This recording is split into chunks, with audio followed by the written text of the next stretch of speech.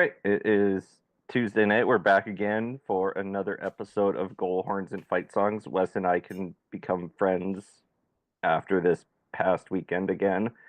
Uh, it's one or two weekends now out of the year when we can't be friends, depending on the year.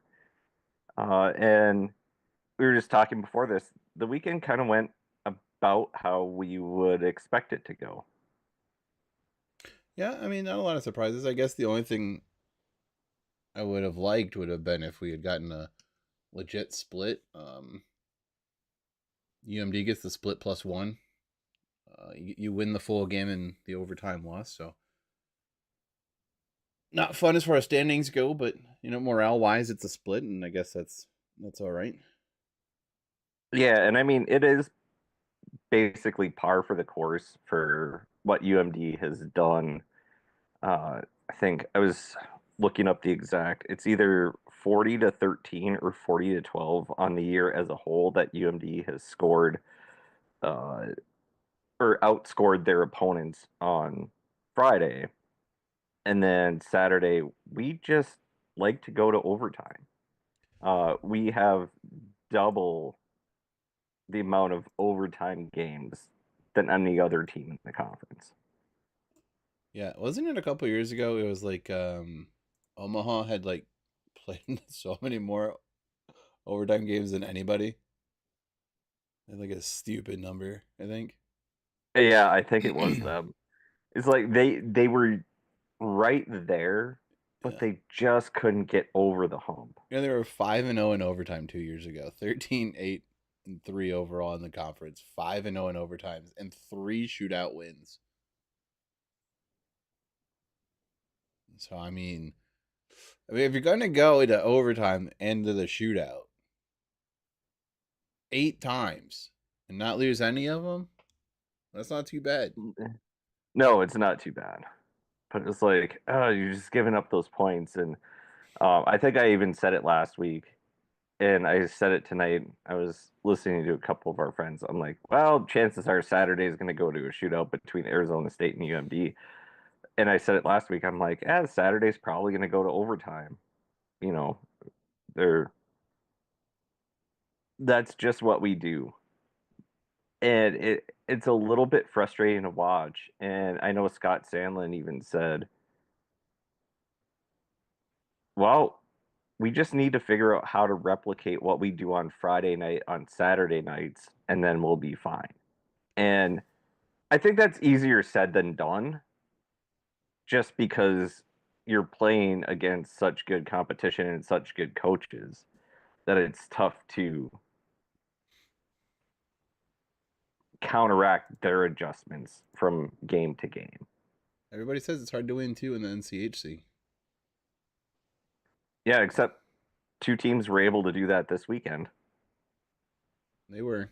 I mean, I get against a couple of the lower end teams. Not trying to say anything bad, just it is true. Damn it. It's not what I wanted. Well, I don't know where that went. All right. Doesn't matter. That's gone now. That's cool. Back Yeah, end but back end stuff, don't worry about it. I know what you're saying. Some people might take that as bulletin board material or what have you. But the fact of the matter is, look at the standings and I mean, I'd look stop at what saying you've it if done. Miami would get out of the basement. They've been in the basement for 6 years. They have, Yeah, however, and doubled last year's point or I think they've matched last year's point total. They've won infinitely more games than last year because you can't divide by 0, and they have 2. Um, what else? Hang on, let me double check though. Nope, that's 2 years ago. Why did you go there? No, that is last year. Yeah, 23-1 last year with 4 points. So they have doubled their point total from last year, or almost. They're at 5. They've played 8 games. That's where I keep getting confused. But 2 wins, one of those being an overtime win. It's only one regulation win, which I think ties their win total from 2 seasons ago. mm-hmm. Yeah, two regulation wins in 2.5 seasons. Um, at some point, something's got to change over there. They do. I will say this team does look different than the teams in the past, but still not getting the results that they would like to have. But I think they will come. I think they are on the upslope. Um, Yeah, I think I was watching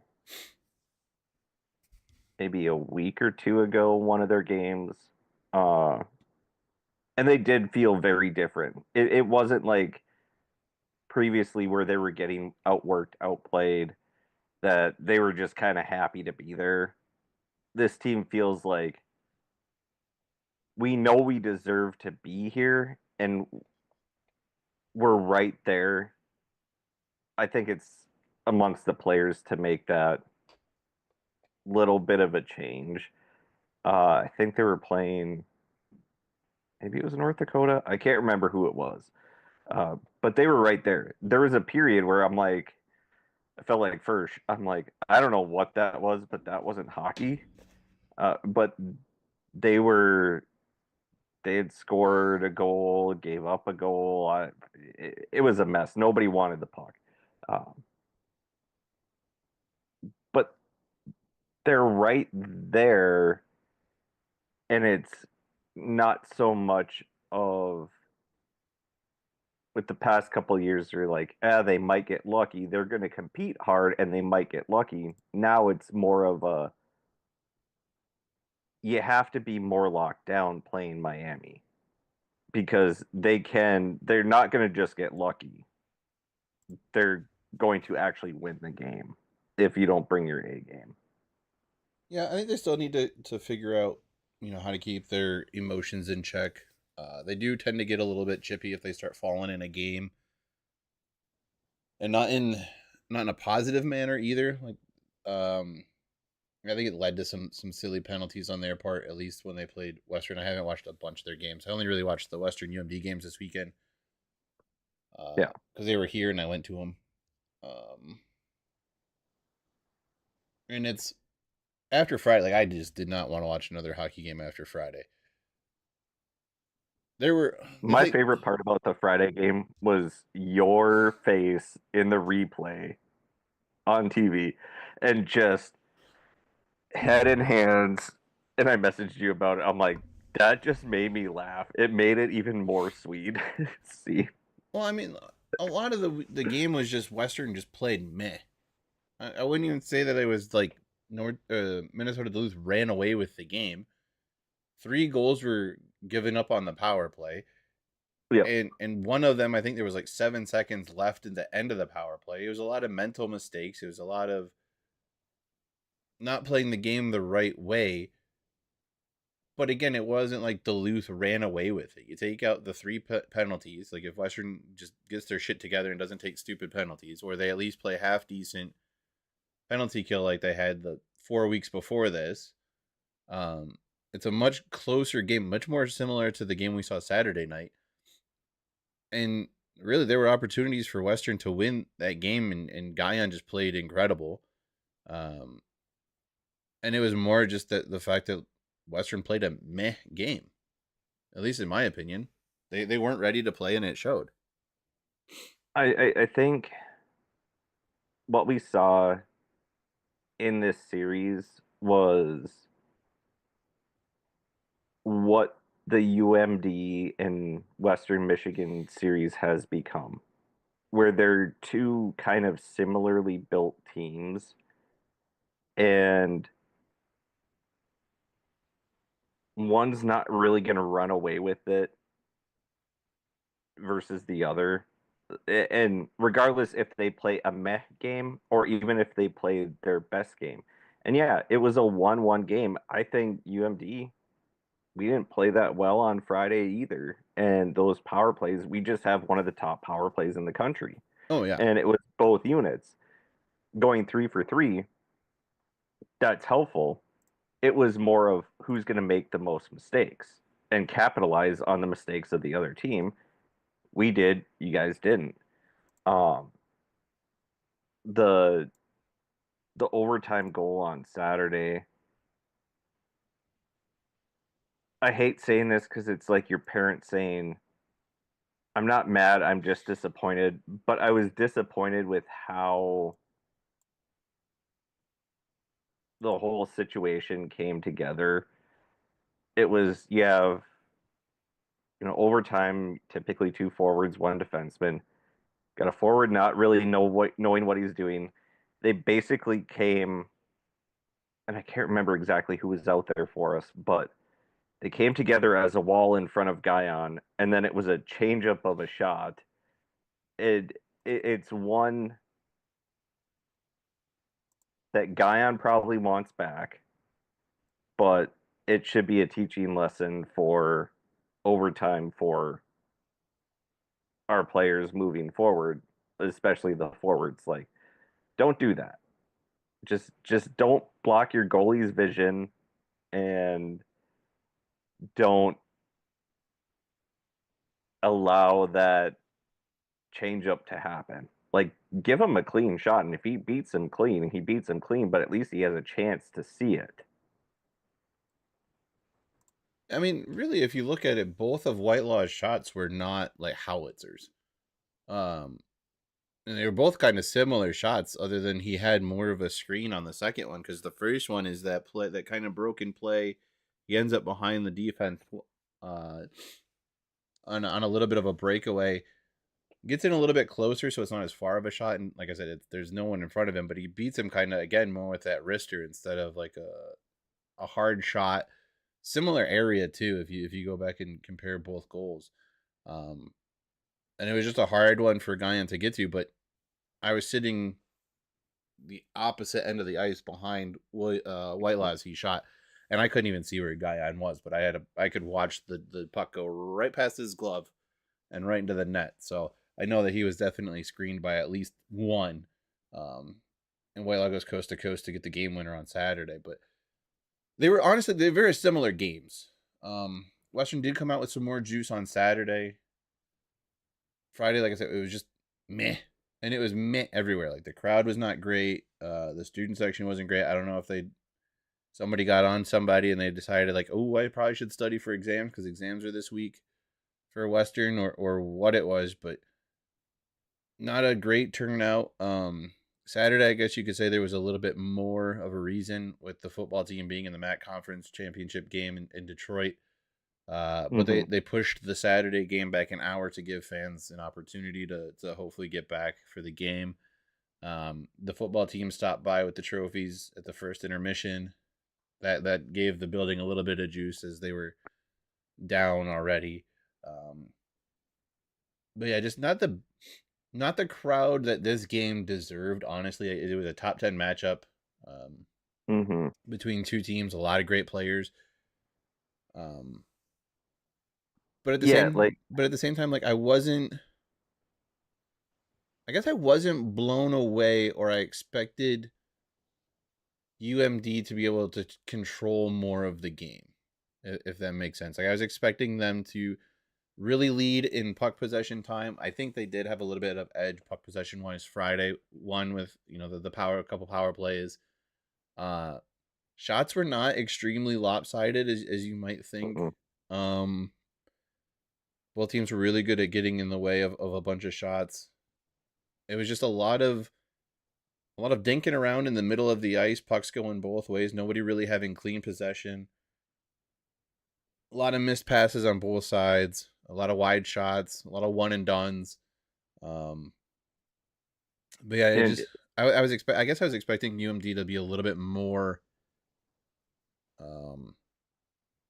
forceful, I guess. It's really hard to say, but I was expecting them to control the game a little bit more than they did. So that 4-1 score does not really tell the story of the game. I think that's kind of a misconception, though, of just UMD teams, even of the past. I don't really think we were ever really that forceful in the puck possession game and in the offensive zone. We kind of more hang our hat on the defensive end. So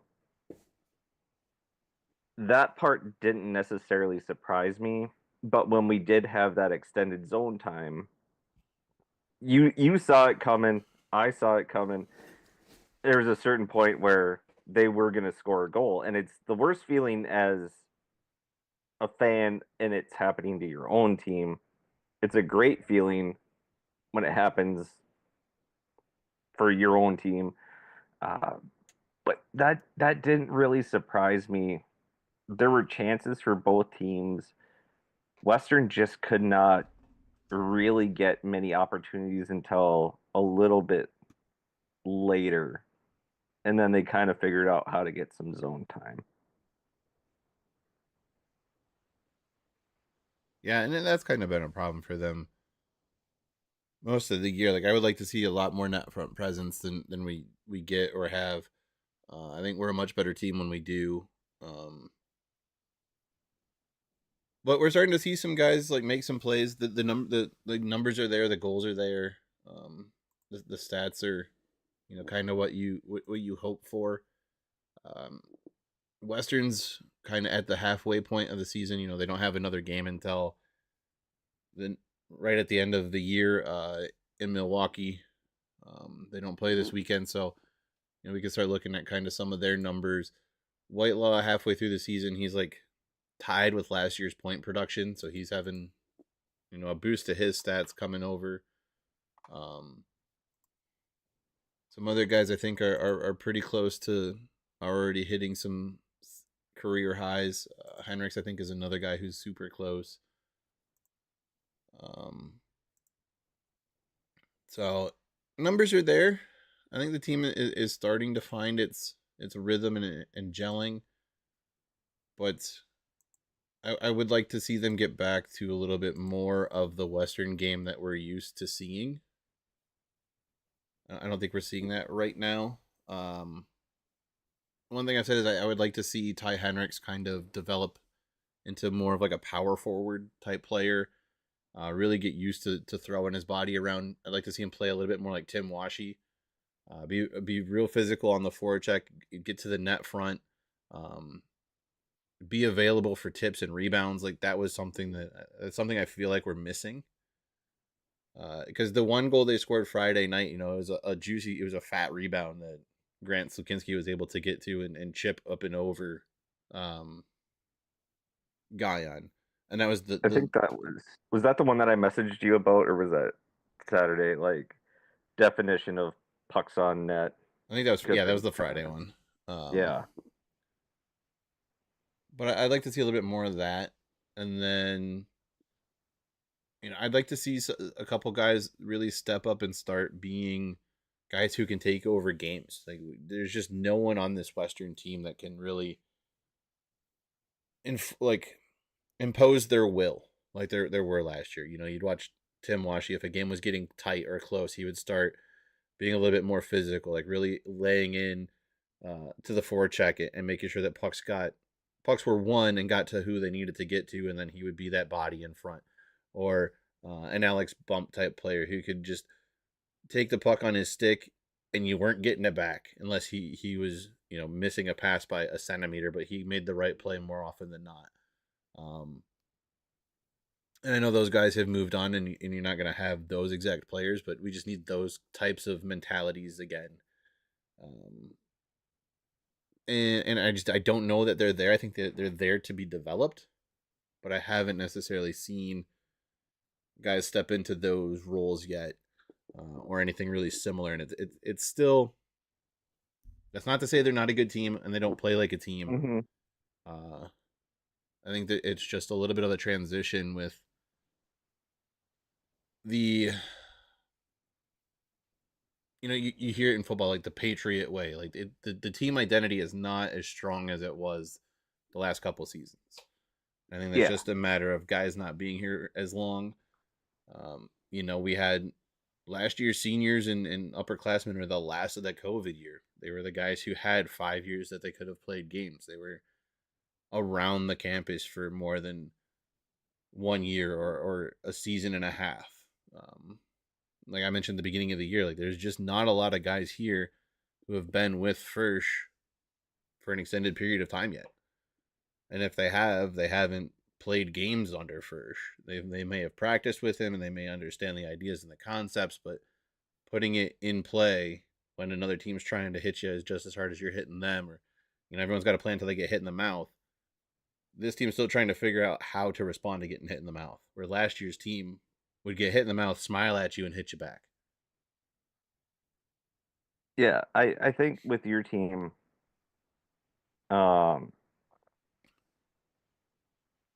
yeah, you had, Tim, you had Sam, you had Ryan McAllister, you had Ethan, you had all these guys that would step up and flip the switch, but they were still a team. But you need to have those guys. Now we have, like for UMD, we didn't have that for a couple of years. It's kind of like we almost reversed roles, where now we have our top line plus Ty Hansen. We have Joey Pierce. We're getting a little bit of depth scoring that we didn't really have. Uh, and yeah, your team, you don't have that guy that's just flipping the switch. And to be a very good team, and again, not saying you guys aren't a good team, but to be a very good team, you need to have a player or two that can just take over. You look at like the Blackhawks when they went on their run, Patrick Kane. Kings when they went on their run, Kopitar would be a guy. Um, Kucherov for the Lightning. You always have to have those guys to be a very very good team. Or even, look at the last couple of years. Look at Denver when they won their national title game. They had Devine, Booyum. Mm-hmm. How many times last year did it look like Denver was going to be out of a game, and Booyum would take over the game and end up with scoring a couple goals, or getting an assist, or making a play that got them right back in the game. Mm-hmm. Hell, Yeah, that's why I brought up no, McAllister. look no further than the Frozen Four game, Denver versus Western Michigan. Western Michigan's up 2-0. Looks like they might be going away with it. Booyum, I think, scored 2 goals Mm-hmm. and got them right back in the game, and they ended up going to double overtime, and Western won. On the flip side of that, you look at the other game between those two teams, and it was double overtime. Alex Bump makes an incredible play Mm-hmm. to take the puck and score the game-winning goal in that one. So it was guys who stepped up and could take over games, who showed up at the right time. And I think a lot of people were hoping that after his Frozen 4 performance, that Owen Michaels was going to be one of those guys, and we just kind of haven't seen it yet. Mm-hmm. We know it's there. He was the most outstanding player for a reason. It wasn't like it was a fluke. Like, he's got the ability to do it.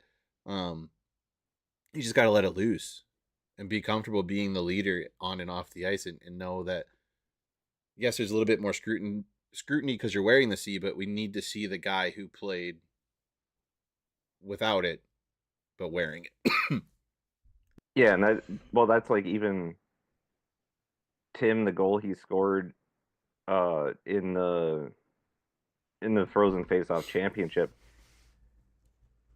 That wasn't a pretty goal, but he's like, you know what? I just got to do something to get here, and he fired it on net, and it went in. Yeah. Like, that's just stepping up. Like, hey, I'm gonna try this. That wasn't even a blue line surprise. That was a red line surprise. Or Washi's goal against Denver to win to tie the game up before winning the Frozen Face-Off. Like, he just threw that on net and went right over Davis's glove, and yeah, that's the one that I'm talking about. Like, I thought you were talking about Owen. No, Tim's. Yeah, he just red line surprise, just fires it in, and it was like, how in the world? But you know what? He stepped up and he found it. You can't explain it, but there are just certain guys it works out for. There's guys that the puck finds, and then there's guys who go looking for the puck. And Mm-hmm. and Washi was one of those guys who more often than not, the puck found him, but he also knew when it was time to go look for the puck. And Hmm. and that goal was a time where the puck found him. But if you look at earlier parts in that game, go watch him play that game again. Watch him. There's a game, I think it might even be that one. It's either that one or the semifinal where he literally like hits three people behind the net trying to gain control of the puck. Like I think it was that one like because it was in front of me and I was just laughing the whole time. bounces off like just straight shoulders like three dudes in a row and is like, I'm coming up with this puck. I'm going after it. It's mine. Hmm. I'm getting it and I'm getting it to my guys. Like we need a couple of those that mentality. We need guys who can go get the puck when it's needed and guys who can keep a hold of it when we need it and guys who let the puck find them and know what to do with it when they get a hold of it. Yeah. Uh, there's one other thing that I want to bring up about our series, and then I want to move on to a goal that everyone was kind of talking about, but the review for the major penalty on Saturday, I believe it was. Um, yes, it should have been called a trip to start with. There was no major there, but I don't know how they could have missed that trip Dude, to start with. And it was right in front of you. so I couldn't see it because it was where the contact was below the boards. Yeah, yeah. So like I can't see if it's directly in front of me. I can't see anything below like basically the player's like nipples. Yeah, and I Um, was I was like telling you what I saw in the yeah, replay. and then they don't show the replays in the arenas, so you're trying to like piece it together. Um, dude, I think those were the two youngest refs ever. They may still be studying for their high school finals. The one dude was the most soft-spoken ref I have ever heard. Like, could you announce a penalty with your chest just like a little bit? Because I don't know what you said. Your announcements Hmm. were like, like what? It's a good thing you use Yeah, hand signals I so I could not know that hear. you're tripping. And I saw that my guy skated to the penalty box, so I clearly know it's on Western. But dude, just announce the penalty. And then the other dude who I think he's been in the league a couple years now, but still one of the younger refs in the system. And like they were, I don't know what they were looking at half the time. They only called one penalty on Saturday, so it was against Western. So take that for what you will. Um, I don't know. I don't get it. I don't know. And I do think they made and the right call though, like as far as reviewing it for the major. I did get a kick out of the like 4 or 5 guys in the ref outfits, like peering over, trying to figure that out. That was funny. yeah, But I it was a trip. I'm not gonna you and I both I think anybody that's listened to us, we're not going to we're homers, but we're not. Like if it's a penalty, we're gonna be like, well, yeah, that was a penalty. Uh, they missed it. Don't know how. Shouldn't have been a major, but I guess the thing like I want hey, is like the players are held responsible, the coaches are held responsible.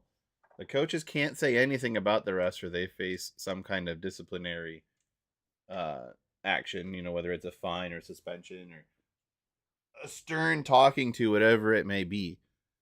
mm-hmm. But there's no repercussion for a ref. Like they maintain their anonymity. Um, they go in, change their clothes, and try to sneak out into the parking lot into their car without being noticed.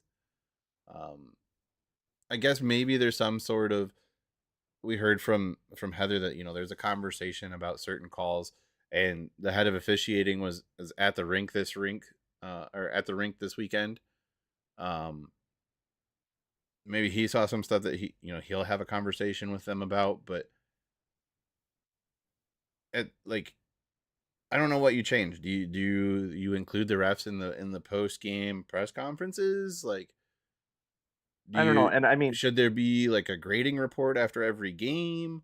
Should that like I think they do get graded. There's always somebody there, even if it's not the head of officiating. Um, and I also get it. I can say, how do you miss that as much as I want to? But at the same time, having been in that position, granted the lower levels, sometimes circumstances just happen I get it. and There's a you lot don't going. see anything. There's a lot going on.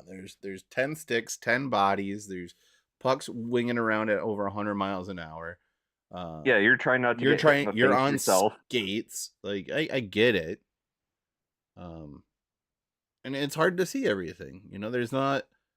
Hmm. There's only two sets of eyes who are set to call penalties. Now, linesmen can call certain things like too many men, or if somebody says a naughty word to them when they think it's not offsides, but it was offsides by 10 feet or whatever, that they can call some of those types of things. But really, you're asking two guys to watch five pairs at all times, and one of them's supposed to be kind of watching the puck to make sure that it's in the field of play and that it's not in the net or not smashed up against something or 3 rows deep in the nosebleeds. Like, I get it. Hmm.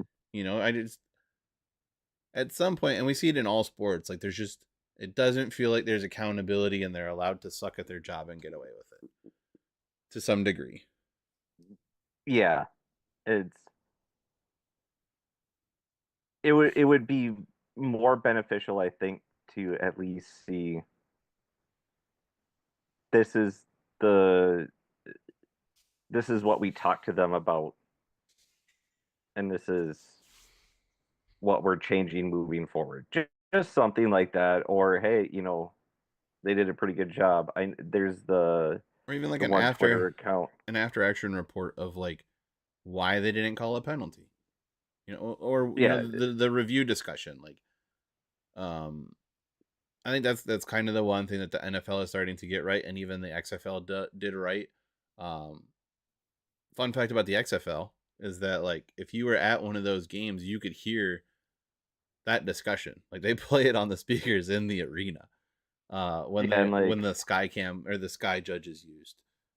and I think rugby for like Six Nations, at least on TV. I don't know if they do it in the stadium, but at least on TV, when they go to video review for something and they do like the Europeans do with the square box, Yeah, uh, you can hear the conversation back and forth between the video review official and the official on the field. And that's helpful to just hear what they're looking at and, well, this is what I think, this is why I'm calling it this way, this is what I see. And you still might disagree with them, but at least you know their logic behind something. right. Yeah, I think that's what's missing. Um, at least in a lot of these things, and I think it would provide a better idea of what's going on and why certain calls are being made the way they are. Because at the end of the day, like 99% of penalties are just judgment calls.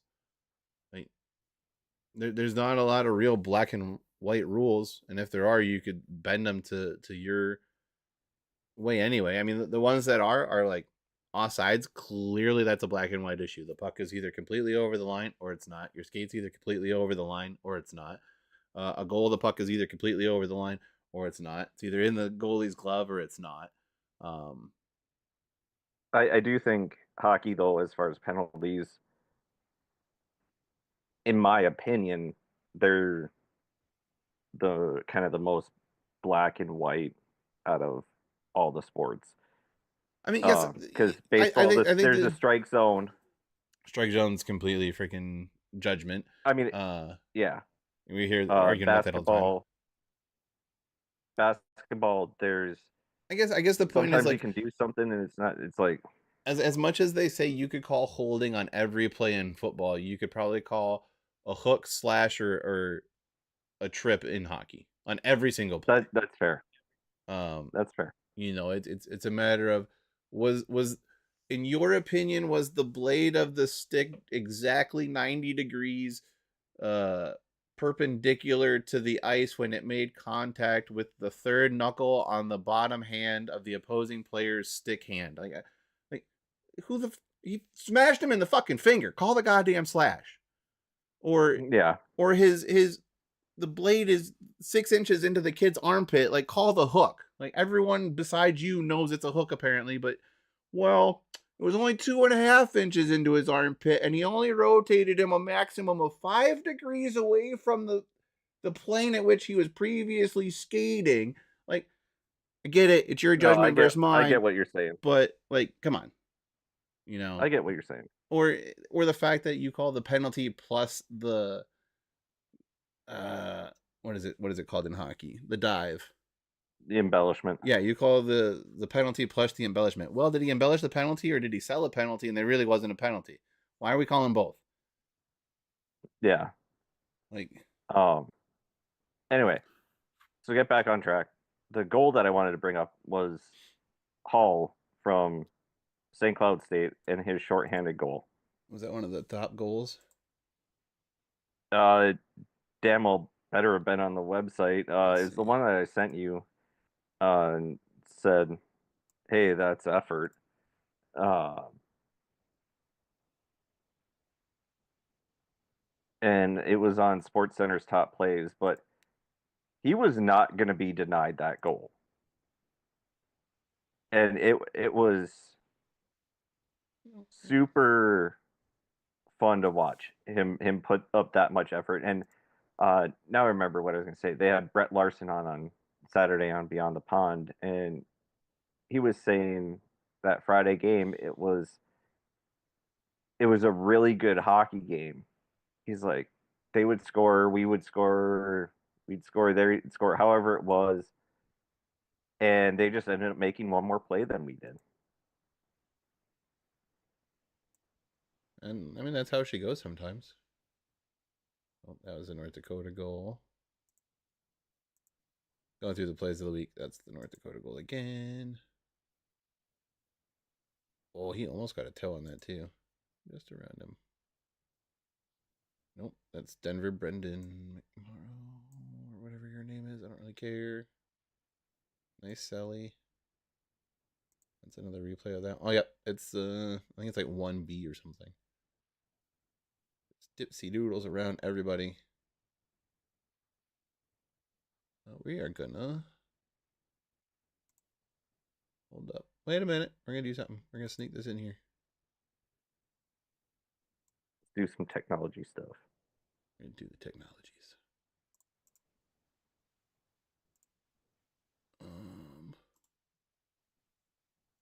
Okay, now I need to go to which one do I want to do? Shoot. That's not what I wanted to do. Oh, I hate using. Why do I do this to myself? I don't know. And there's an ad again. Hang on, we're getting there. We're getting there. We're getting there. Do do do do do do do. Come on, play the ad, you stupid thing. Why is the ad stuck? There we go. Thank you. I hate when the ads get stuck. Yeah. Then I think I need to go. Well, we'll get this going first. All right, here we go. Yeah. Oh, shoot. Oh, that's. Oh, wait, that is it. Makes a great playing the defensive end first, too. All right, there we go. And we want that to be big. No. It's not what we want. We want you big. Thank you. And we go over here. Mm-hmm. All right. No, stop. Damn it. Who decided to do this way? Boom. There we go. Now things are working. Oh, get out of there. Hey, wait. Boom. This is the play we're talking about right here. Oh, it doesn't have this. All right. Hang on. Nope, stop. Oh, I missed. Get out of the... I'm fighting with my own monitor right here. Okay. Try this one more time. This time with sound.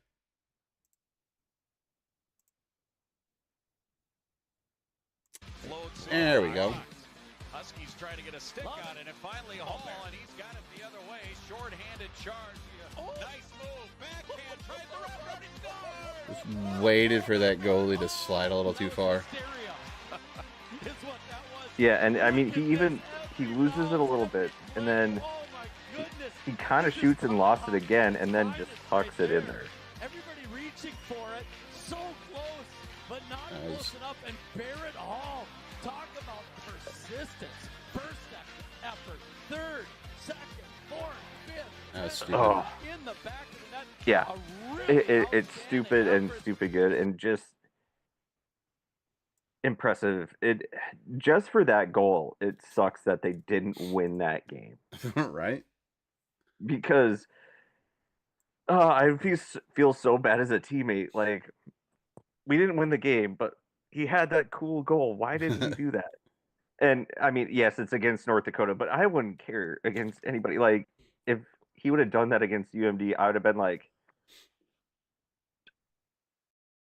I wouldn't have been surprised if they won that game. And that much effort for his team, it was such a cool goal. Was it Saturday I sent you? I think it was. Let me check my messages. Because I literally had flashbacks to a couple years ago in the freaking Frozen Face-Off with a save Guyon made.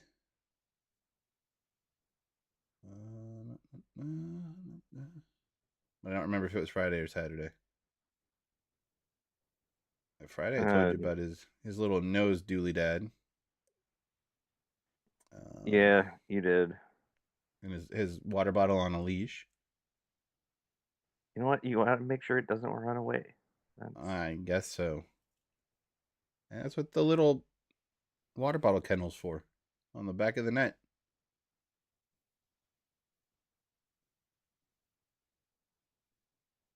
I can't find it. I think it was Saturday, though. He made a great save that honestly looked like that save that Fancy made on Sasson a couple years ago, but this one was more of a 2-on-1 play. I think it was, I remember who, I think it was Slukinski and Sidlowski skating in.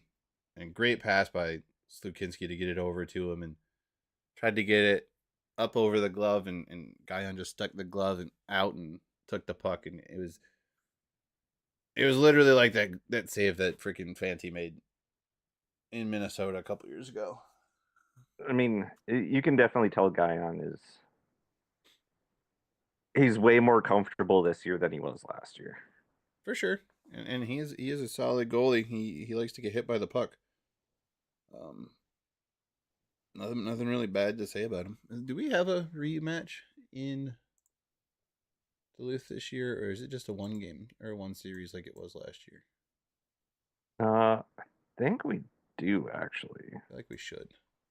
I'm pretty sure we do. In like January, February. I don't remember. I think we only played one against Denver. Nope, we don't. We played Denver again in January. I already shut up on that one. Yeah, January 23rd and 24th. Yep, there it is. Perfect. Yeah, so we'll see how those games go. But anyway, before we get out of here, we should talk about this weekend, where your Broncos are the only team that are off. So we have 8 of the 9 teams in play. Yeah, what a weird schedule. Week off for Thanksgiving. Play one game and then off again until December 28th. Yeah, I'm sure the guys don't mind it too much. But Omaha. I guess we'll have much of a break at all. We can just start by time. CC in Miami. That one, I could see being a split.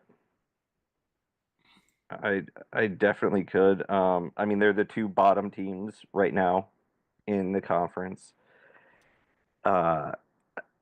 to be honest, I think it would be good to see Miami get a sweep out of the deal. Uh, Yeah, I mean that could definitely be a split because Umberco's not playing the greatest this year. I think they're kind of playing both. that's kind of 2 years in a row for them now too. Yeah. Their offense is not great. Their defense is not what it was a couple years ago. They've had a lot of turnover, partly due to the structure of the university, but also just got the transfer portal type thing. Miami definitely could come up with at least one there. Yeah, I think I'd be very surprised if Miami gets swept. I I think I'd be a little less surprised if Colorado College got swept, but I think a split is is the most likely. Um, then Denver, St. Cloud State. That's just because it's 7 o'clock instead of 7:07 Central Time. Uh, Mm, I feel like it's in St. Cloud, but I've seen Denver up close, and they kind of caught Western on in a downward spot for Western. Did not play great. Denver has at least the record of the Denver teams of the past. Um, I think what you said previously was that kind of like what UMD did this weekend is they underwhelmed you. They didn't they weren't the team that you thought you were maybe going to be seeing, but then again with Denver, we already kind of knew they weren't at the level they had been in the past couple of years. yeah, I mean they go to overtime with Minnesota. They handle Miami. They like win the games they're supposed to win, and really the battles with the good teams are tight. Um, I wouldn't even call Minnesota a good team though, really.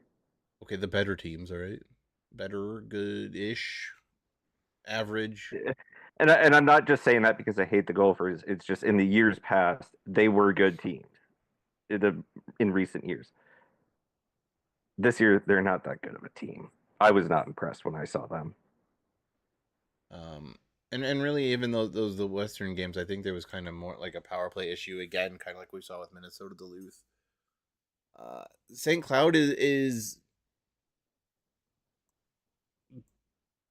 better than I thought they were going to be, but maybe fractionally, marginally. If they are, they're not much better. I was honestly expecting them to be kind of where Colorado College is, without having Posh. Um, are they much past that? Not really. I mean, they're sitting seventh. The few games that I've seen them play, Okay, no, they're actually they're about just they're about where I thought they were. They're 2-6, 8 points, two overtime losses. Um, the efforts there. they're not the team They're not from quite 2 years ago. there. No, they aren't. Their goaltending's not what it was. They've lost a lot of offensive turnover. They do still have. I think Werner is still there. Think so. Uh, it feels like it's going to be a sweep for Denver. Denver's going to get 4 in a row going into the break. That's kind of how I'm feeling about that. And just because they start at the same time, we'll go with Omaha, North Dakota next. Didn't they just play? like a couple weeks ago, or am I out of my mind? No, they did just play. Yeah, I was gonna say, I think they're They getting played. this out of the way earlier. They played at Omaha, in North Dakota, swept 7-2, 4-1. Yeah. Dude, I don't know what this Omaha team is. And we were kind of questioning whether we were going to know what they were going to be anyway, just because of how much turnover they had. They go full Canadian college roster. Um, Yeah, and they're coming in they've split time at two of their last six. It, they have 2 wins since November 7th. Swept by North Dakota, split with us, swept by you, split with Yale. yeah, not a lot of resume building going on there. They're splitting time with their goaltender. Sorry, 2 of their last 8. I can't math. They're splitting time with their goaltender. They're I don't know that injuries have really been a super big thing. Maybe because they played them so closely, they can steal one. I don't think they sweep. I think they're hoping for a split at best.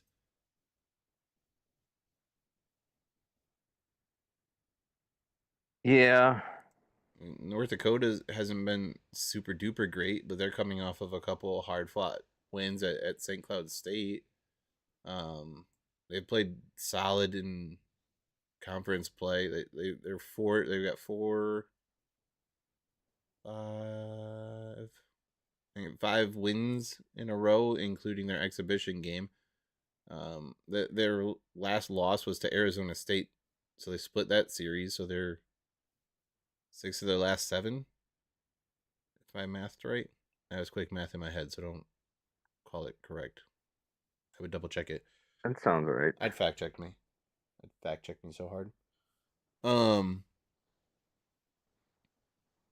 Like I said, maybe you catch them thinking that it's going to be another easy series because they did just play each other, and Omaha can steal one. But I had higher hopes for Omaha, I think, but I guess that was looking at them retaining more guys than what they did, because I really wasn't sure what they were going to get with how much they had dipped into the U Sports teams.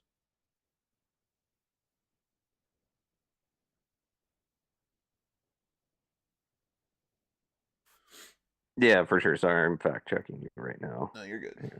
I would. I just want your opinion on this game before we go to the battle of the gold and maroons. So their last 10, they have 1 loss. Well, I didn't say 10. I said like their last 7. You said 8 or 6 8. out of their last 7. Yeah. Yeah, because I didn't. I was But trying. I mean that like that also puts that in there too. I also had to do the math of the exhibition game and then take it out. So look at me using the old gray matter. Yeah. But yeah, Omaha could catch them, but it's in Grand Forks. Actually, It's gonna be cold. Like here, it's gonna be 3 degrees. People are gonna go out and they're gonna want to go see the win.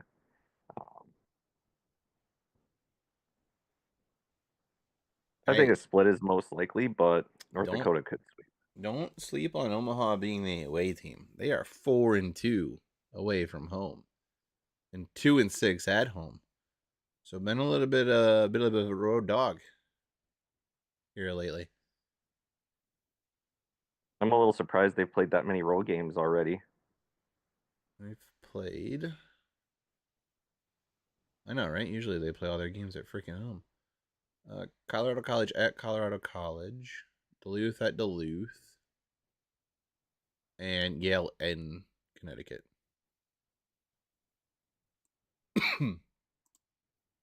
So but slightly better away record than home record right now. Which Yeah. really, for college kids until they've been there a couple of years, they're really all road games, right? Yeah. All right. Last one. The Battle of the Maroon and Gold. Yep. Bulldogs versus the Sun Devils. In I the think. frozen north. Yep. Minnesota Duluth. With Bentleyville just outside. Very large Christmas lights display right next to the arena. So if you're going to the game, go stop by there. It's free. Get some hot chocolate and roast some marshmallows. Look at the pretty lights, and then All head right, over we're to not the game. sponsored. Quit selling it. We're not, but you can try and earn the sponsor. Uh, They pay, I'll say, but until then, keep my mouth shut. oh, and you haven't been there. But I think I just have a feeling we're going to get another replay of what most of the season has been. UMD is going to win on Friday. We're going to come out hot, keep our outscoring of opponents up high, so maybe come out of Friday outscoring our opponents 43-44 to 14 or 15 in Friday games, remain unbeaten, and then Saturday Arizona State makes that adjustment and we go to overtime or we lose in regulation, one of the two. If we lose in regulation, it's going to be a close game. I think Omaha's really the only one who's beat us by more than 2 goals on a Saturday. I could be wrong, but Ooh, Arizona State 2-4 on the road, and right about 500 at home. 5-4-1. yeah. So I think it's going to be the stereotypical UMD of the weekend. Hopefully, we at least get that extra point on Saturday, but I think it's going to be a split. It just might not be a full split. That sounds about right. And I haven't really seen, outside of like the first weekend of games, I haven't really watched Arizona State play. Yeah. And like I said, with UMD, it wasn't quite what I was expecting to see, but they got the results that they wanted at least Friday. So they're a good team. They've got the right pieces there. I think they're gonna. I think they'll be. I think they're gonna make a run this year. I don't think they get there. I don't think they get to. I think they'll be a tournament team. I don't think they win the Natty this year. But if they keep the core of this team, they're gonna be deadly next year. Another year under their belts with a couple more guys coming in. Like you let this sophomore class get to be juniors, they're gonna be stupid good next year. They're gonna learn from some of the close losses that they have this year, and in some of those tight games, and really just get better with experience. I do think that they can be a deep team. I think they play the right way. They have to really like figure out how to adjust to adjustments in the middle of a game, and hit repeat from Friday to Saturday. But they really feel to me like they're at that stage of development that Western was at 2 years ago, right before they really took that big step and became the team that Western was last year. So I do still see some bright stuff on the horizon, but it's a matter of they've got to keep that core together. If they lose too many of those guys, it's going to fall off a cliff. Yeah, it's a matter of how much does the NHL get into their ear versus staying that extra year and just getting that one more year of development. Yeah. Because, I mean, it is tempting, but sometimes it works, sometimes it doesn't. And personally, I don't think that one extra year of development hurts. I've never heard a guy said they wish they left earlier. Yeah. I think either guys say they felt like they left right on time, or the majority of them say they wish they had one more year in college, Hmm. even if it's just to enjoy the fact that you're still in college. So they look like they're right there. But Coach Salen's also a really good coach, and he gets teams going at the end of the year. So they Yeah. could definitely be there at the end of the year, and they could be very much like that 2018, 2019 team that goes back to back, and you don't think they're quite there yet, but they end up being there at the end and then go on a hell of a run. So that's definitely certainly something that could happen, especially with Coach Sandlin and what he's done in the past. So I wouldn't rule that out either, but to me it feels like next year they're going to be a menace. And I do think one thing that helps is both Max and Zam's dad. He played many years in the NHL. And so he's kind of that voice of saying, hey, it doesn't hurt to stay one more year.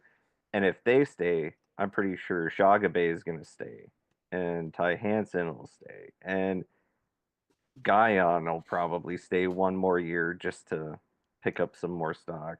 I will say that Stevie Y was in the building Friday night, keeping an eye on him. I know he'll be keeping an eye on him, but I'm just saying you know, he made the trip from Detroit to Little Lawson Arena to put some eyes on, see where he was at development wise. Might be trying to sell him on hanging out in Grand Rapids next year and not the one in Minnesota. yeah, yeah, I'd probably rather hang out the one there anyway. More to do. Well, there's the Griffin. Well, he'd be playing for the Griffins, but there's Yeah. some good spots up there. I've got nothing else. If you've got nothing Uh, else, I do have a fun fact. This one's NCHC hockey related and also topical for our good friend who just officially announced his retirement from professional hockey. Did you know that Trevor Gorsuch is the first Western goalie to sweep North Dakota in North Dakota? I did not know that. And it came a little over a year after Ben Blacker became the first Western Michigan goaltender to sweep North Dakota, he doing it on home ice. But our buddy Trevor here, first Western goalie to sweep Nodak in Nodak. And got a shutout in game 1. And that was when he really took over the starting goaltender position. It went on a 10-game winning streak. So he cleaned up his breezers from the first time he was in Nodak, and then put on his big boy pants. Certainly seemed that way. But so congratulations on a career to Trevor. I think it was close to 7-8 years bouncing around the ECHL. Becoming a fan favorite everywhere he was. So we'll have to have him back on the pod at some point. I'm trying to sell him on becoming that third guy, but there's really no money in it, so I don't think he's going to take it. But Probably not. But I'll throw the offer back out there to him. Yeah, no, I think that's about it. I would not expect a show the 23rd, the week of Christmas, if I'm being honest about it. Probably not. Yeah. But maybe, because there are a couple holiday tournaments that week the week after that Western teams are playing. So we could preview them and then talk about them while they're in the middle of happening the next week. Because both Miami and Western are playing in holiday tournaments that week. You might know. And Omaha does play December 19th and 20th at Augustana. And Arizona State plays Dartmouth December 27th, 28th, Western Michigan plays Boston to start the Milwaukee-Wisconsin Quick Trip Holiday Face-Off. And Miami will open the Grand Rapids Invitational against Michigan Tech up in Grand Rapids, Michigan. And those two tournaments will end on Monday the 29th. So we'll be able to recap them on the 30th. Ooh. We can join that game in progress because Omaha has an exhibition against Manitoba on the 29th. That starts at 8 Central. Nope, 7 Central, 8 Eastern. I know how to read. So you can do a little watch along with the second period of that game, maybe. Sounds good. Till then, pucks on net, good things happen, like goal horns and fight songs. He's Mike, I'm Wes. We're going. Bye-bye.